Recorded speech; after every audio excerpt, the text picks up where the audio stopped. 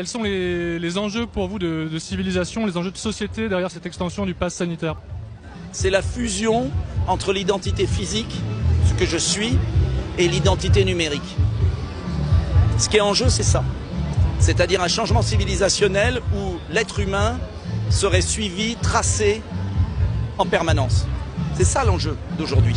C'est pas du tout l'affaire du Covid. C'est un prétexte au Covid. C'est jouer sur la peur pour fusionner l'identité physique, spirituelle et numérique.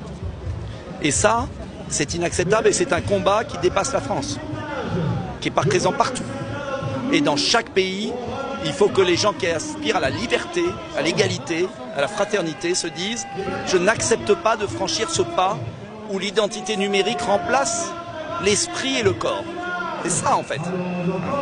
Et est-ce que vous pensez justement que plusieurs pays du monde regardent ce qui se passe en France actuellement et que ça pourrait avoir une incidence sur ce qui se passera ailleurs? Oui, parce que la France a toujours été une terre de liberté et que moi je ne reconnaîtrais pas mon pays si mon pays était un vulgaire petit État spartiate, malsain, tenu par des oligarques.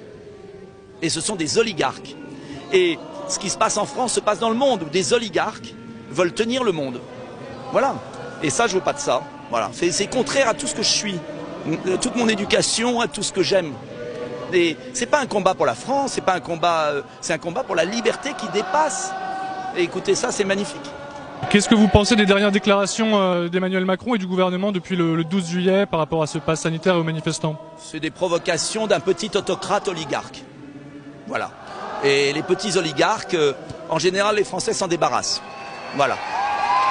Et pour vous, l'issue du mouvement, comment vous voyez les choses se dérouler dans les semaines et les mois qui viennent? Ça va être une guerre de tranchées, mais je pense que le pass est inapplicable et je pense que les Français n'appliquent jamais les règles injustes. Et que donc le pass va être la retraite de Russie du petit oligarque.